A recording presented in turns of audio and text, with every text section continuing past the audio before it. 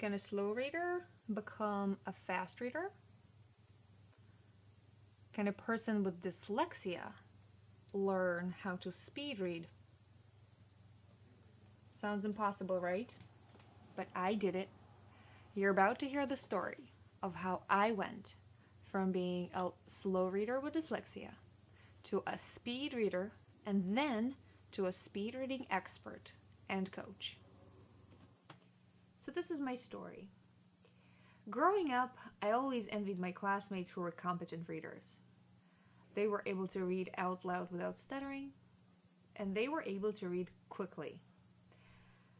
They would finish an entire page in the time it took me to read just one sentence. And it seemed so effortless for them. Meanwhile, for me, I couldn't keep my eyes on the page without getting dizzy. I was dyslexic.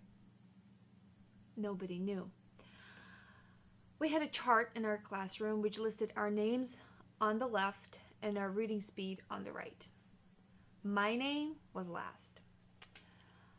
The teacher once announced, "It doesn't matter where the list is in alphabetical order or from the highest speed to the lowest, Katya would still be last." The class erupted in laughter. I was mortified. Physical pain coursed through my 8-year-old body, but I held in the tears. But I basically imploded afterwards. I came home that day with really high fever. My mom started to get worried. She took me to our family doctor and she diagnosed me with mental trauma. They were trying to find out what happened in school that day, but I refused to answer.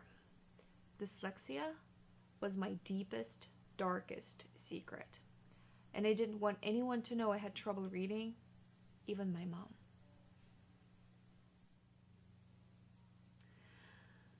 Despite my doctor's orders, I insisted on going back to school the next day.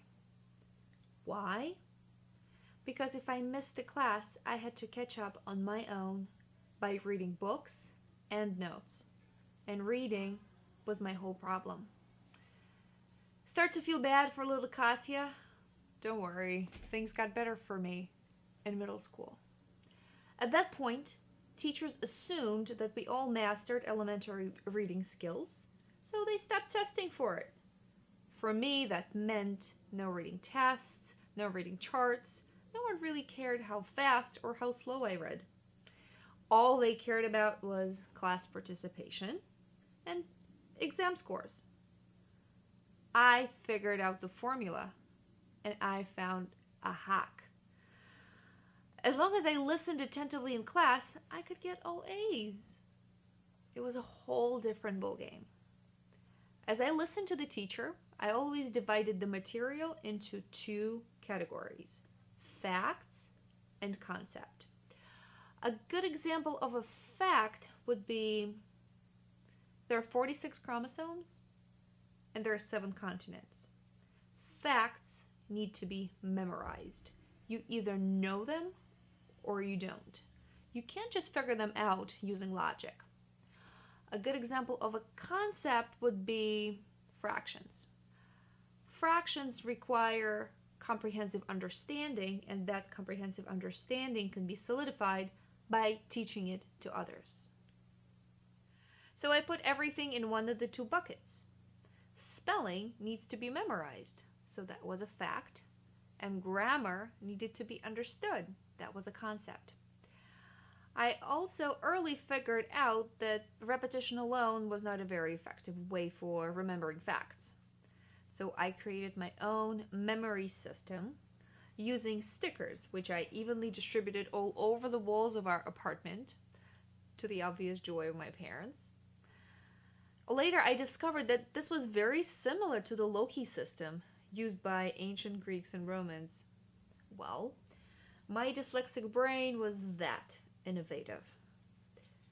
When my grades soared, everyone seemed to forget that I was a poor reader. And in order to strengthen that reputation as an A student and a good reader, I volunteered at a student newspaper. And it worked. I pretended so well that I even convinced myself I could read and decided to pursue journalism seriously. I enrolled in one of the best colleges in the country. As a side note, my mom happened to run into my elementary school teacher. You remember the one with the chart? When my mom told her where I was going to college, she was completely shocked. I wish I could have been there just to see the look on her face. In college, I was a 4.0 student and I used my learning hacks. I even put my hacks to the ultimate test while learning languages, first in Germany and then again in the US. I basically taught myself English at the age of 20. I think my hack for learning English was kind of effective. What do you think? But when I went to college in America, I had a snag. Professors didn't present all the material in class, and I was responsible for independent reading, and a lot of it. I had 67 on my first midterm, and I knew why, because I didn't do the reading. The questions were directly from the textbook, and I knew I could no longer hide from my dyslexia. I had to face it head on. For the next 10 months, I was on a mission. I needed to fix my dyslexia and stop getting around it. I improved my speed, comprehension, focus, and I could now read at 600 to 900 words per minute at 80% comprehension. And if you're wondering, that's way above average. I was so passionate about the techniques and I wanted to share it with others, empower other people, and help them succeed. I created a curriculum, my program gained momentum, and client success stories caught on wildfire. Every client presents a different challenge. From a Wall Street executive who's having difficulty memorizing his lines for a presentation, to a college student who's desperately seeking to get straight A's, to a school kid with reading difficulties, much like I was. Now you know my story. I hope you liked it. Please share your own unique learning challenges and experience in the comments below. And thanks for watching.